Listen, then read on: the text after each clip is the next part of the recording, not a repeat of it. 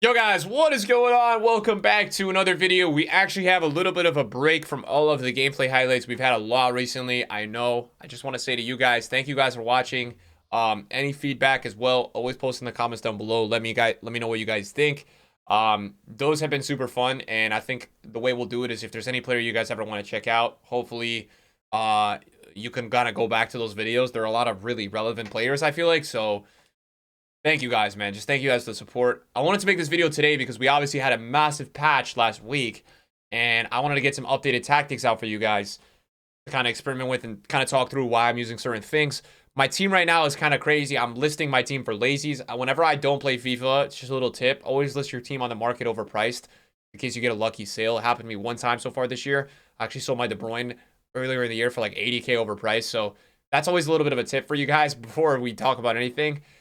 You can make some crazy coins just randomly and lucky. Sometimes you guys probably see some people showing it on Twitter.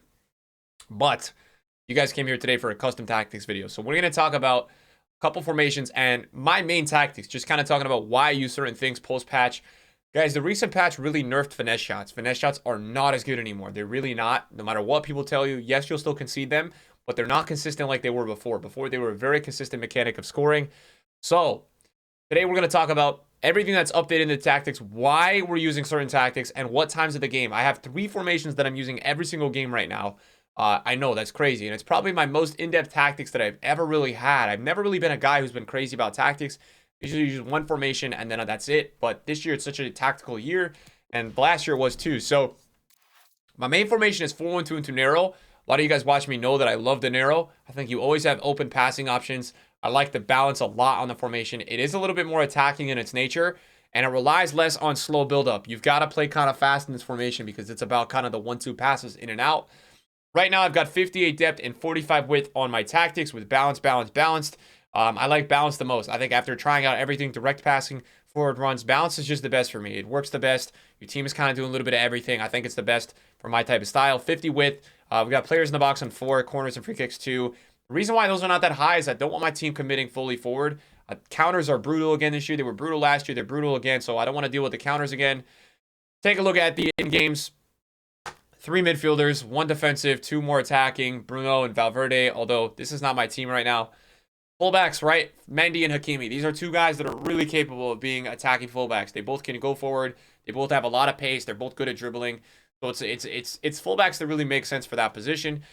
Now, what the tactics are is that your slower striker or your bigger striker is going to be on target man. That's what I like. Both on balance. Do not put them on stay forward. For some reason this year, your team likes to go offside a lot.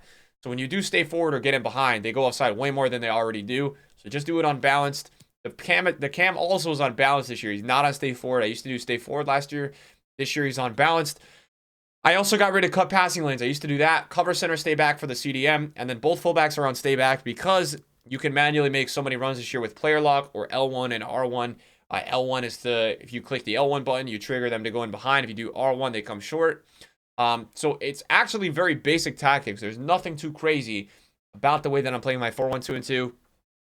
But I think it's really important that you keep stay back on the CDM, stay back on the wide guys, and no stay forward on the strikers. You can try and experiment other things, but I think that is very important. So this is my formation for most of the game.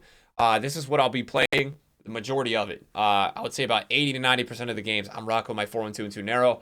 But there is 2 other formations that I'm using right now. That actually, 3. We'll talk about it. So the other formation that I'm using a lot of is the 4-4-2, and there's 2 reasons when I'm using it.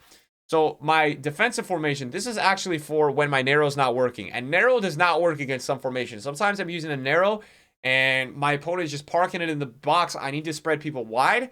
So in that case, I use the 4-4-2, and just as this way. So I use direct passing, balance, 50 width, 50 depth, 40 width on the defense. And the way that I play this, the players are obviously all out of position. Stay central on both of the attackers. You got target man on the slower guy, which is Fakir in this case. But these don't look at any of these guys. They're in terms of the players and the positions. It's just, this is my generic team. Stay back on one of the center mids, both on cover center. We've got come back on both of the wide players, but also get into the box for crosses. So they're moving up and down.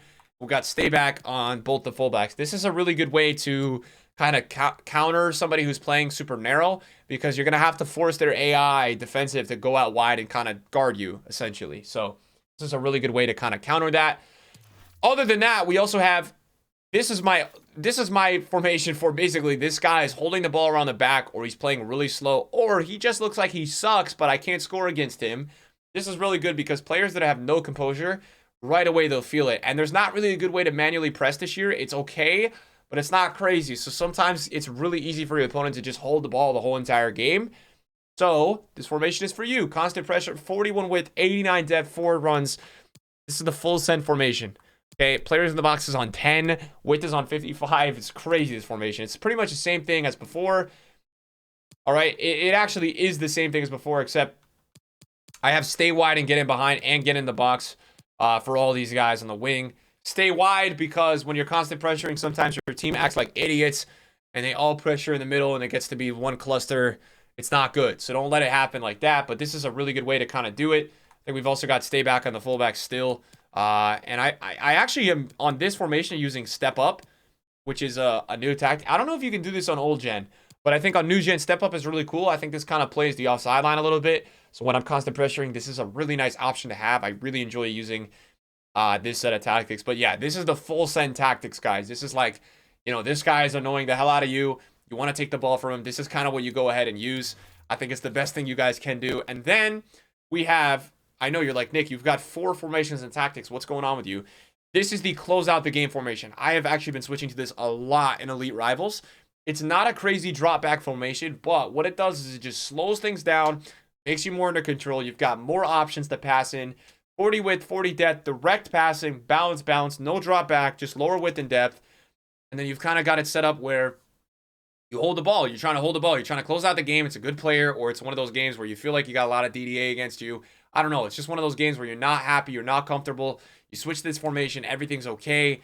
So we've got comeback on defense on the cam. We've got basic. It's important that on the wide guys, you don't put comeback guys. If you put comeback on the wide guys, you're actually going to lose your passing option, which is not smart. So yes, this is also not the 4-2-3-1 narrow. It's the 4-2-3-1 wide. So make sure you don't put comeback on the wide guys.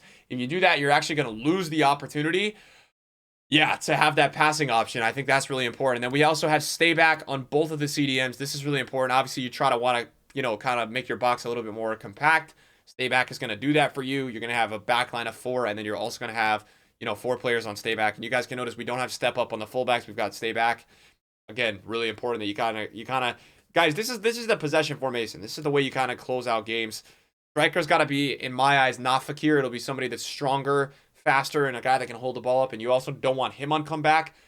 Guys, putting comeback on all these players in formation is actually going to hurt you, because you're going to end up not having passing options. Your whole team's going to be in your box. Then when you win the ball, you're going to be trying to build out, and it's going to be almost impossible. You're going to be trying to build out, and you're going to be like, dude, I can't build out because my whole team is still sitting in my box. So balance is going to be really important. But yeah, this is the way I close out games. That 4-4-2 is the way I pressure. I have that other 4-4-2 set up because I think this is really good if somebody's kind of, you know, playing with your formation. It's not working. You can switch to this. I think 4-4-2 is the most like balanced formation in the game.